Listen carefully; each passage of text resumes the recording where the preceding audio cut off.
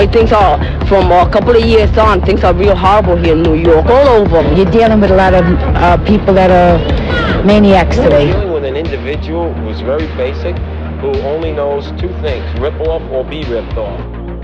Many of those who make good by being bad are nowhere to be seen these days. I'd be afraid. Of course I'd be afraid. He's a sick guy. He'd kill any time. Yeah, but listen. There isn't anything on earth that I will hide from or back up from. People seem not to understand the close relationship between organized crime and street crime. And certainly in dealing with street crime in his area or any other kind of crime, the uniformed patrol... Presenzano, shot 4 times, his throat cut. Presenzano was allegedly connected.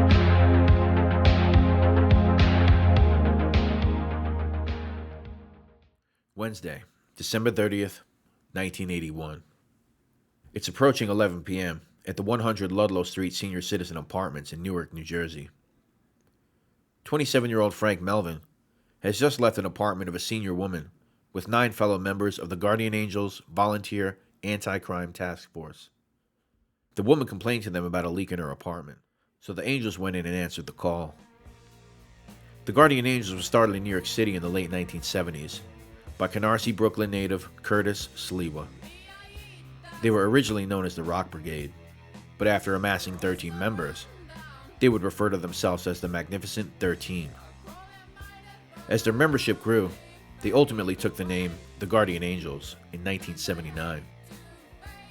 Their goal was to combat the growing crime issues that sprung up during the violent 1970s New York City.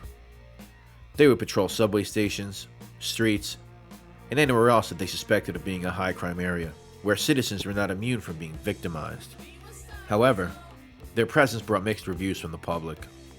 Some viewing them as vigilantes, looking for an opportunity to get into violent tussles.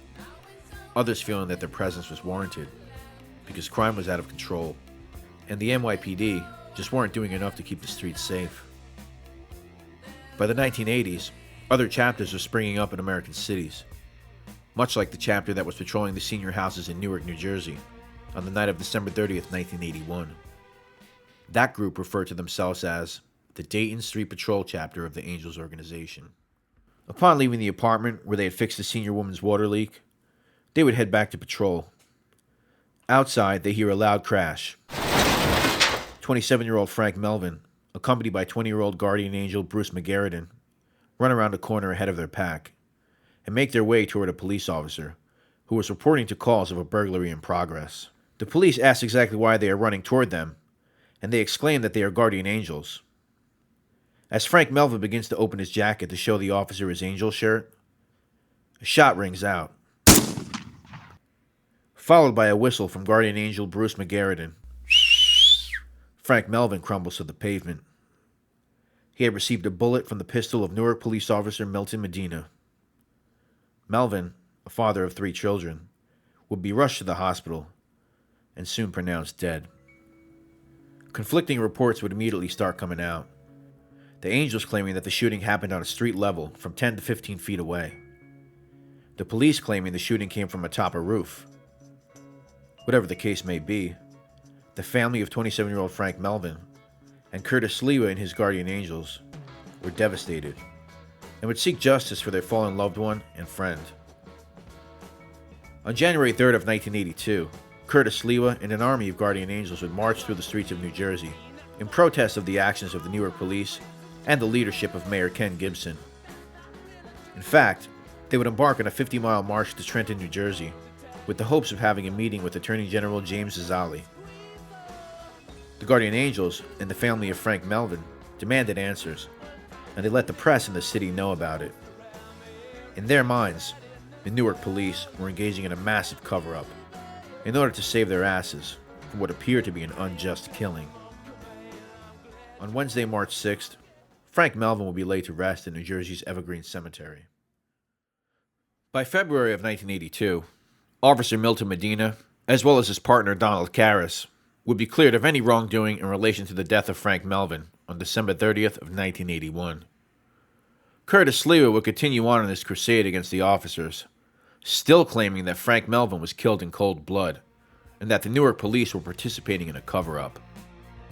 In September of 1982, police officers Milton Medina and Donald Karras would sue Curtis Sliwa for slander and libel in regard to his claims that they lied about the incidents that took place that night and his charges of a police cover-up. The following month, Officer Milton Medina would be shot in the abdomen in Newark, New Jersey.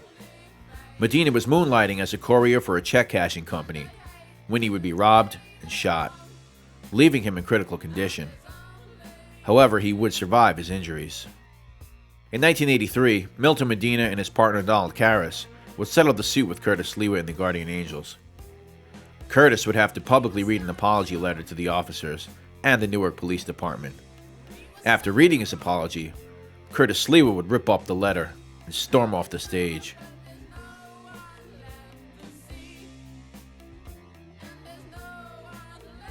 In August of 1984, Sandra Moss, the girlfriend and mother of Frank Melvin's children, would successfully sue the city of Newark. She would receive a $175,000 settlement from the damages and the death of 27-year-old guardian angel Frank Melvin on the night of December 30th, 1980. Around the time of the Frank Melvin incident, The Clash were recording their fifth studio album, Combat Rock, part of the album being recorded at legendary Electric Lady Studios on West 8th Street in Manhattan. While the band had commercial success with albums like their self-titled 1977 album, 1979's London Calling, and 1980's Sandinista, Combat Rock would go on to become their most successful commercial album. With hits like Should I Stay or Should I Go and Rock the Casbah, by the 1980s, seemingly everyone knew who The Clash were.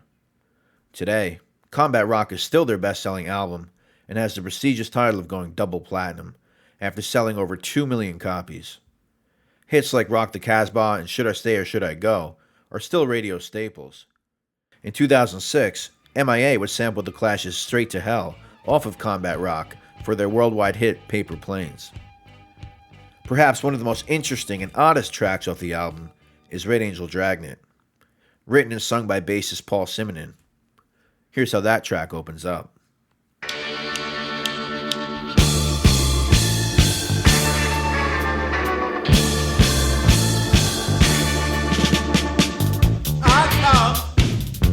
A long way away, and I know a fine thing when I see it. For the same reason, no one ever pointed a telescope at the sun. Talking about the Red Angels of NY City. As you can hear, right off the bat, there are references to New York City, Red Angels, and Paul Simonon asking, who shot the shot? According to Marcus Gray, author of the book Last Gang in Town, The Story and Myth of the Clash, Red Angel Dragnet was partially inspired by the death of guardian angel Frank Melvin.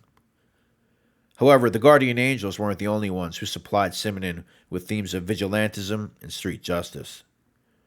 The song would also harken back to Martin Scorsese's 1976 film Taxi Driver, starring Robert De Niro.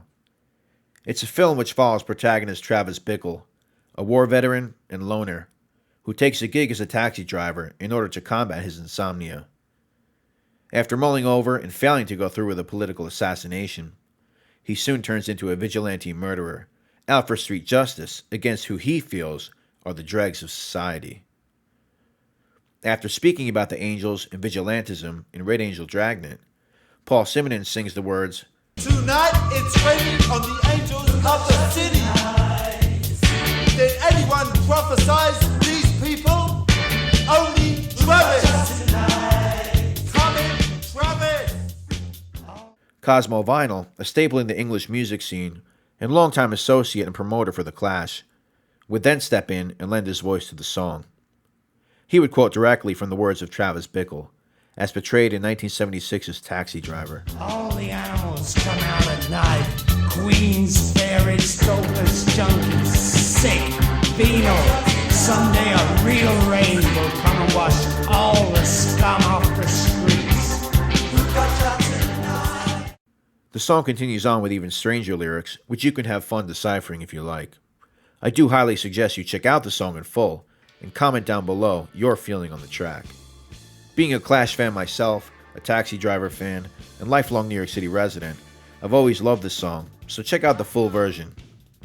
Today, Curtis Sliwa is still at the helm of the Guardian Angels, and on his daily WABC radio show here in New York City, you will hear a piece of Red Angel Dragnet playing in the intro to his show. Curtis well aware of the Clash's homage to him and his Guardian Angels.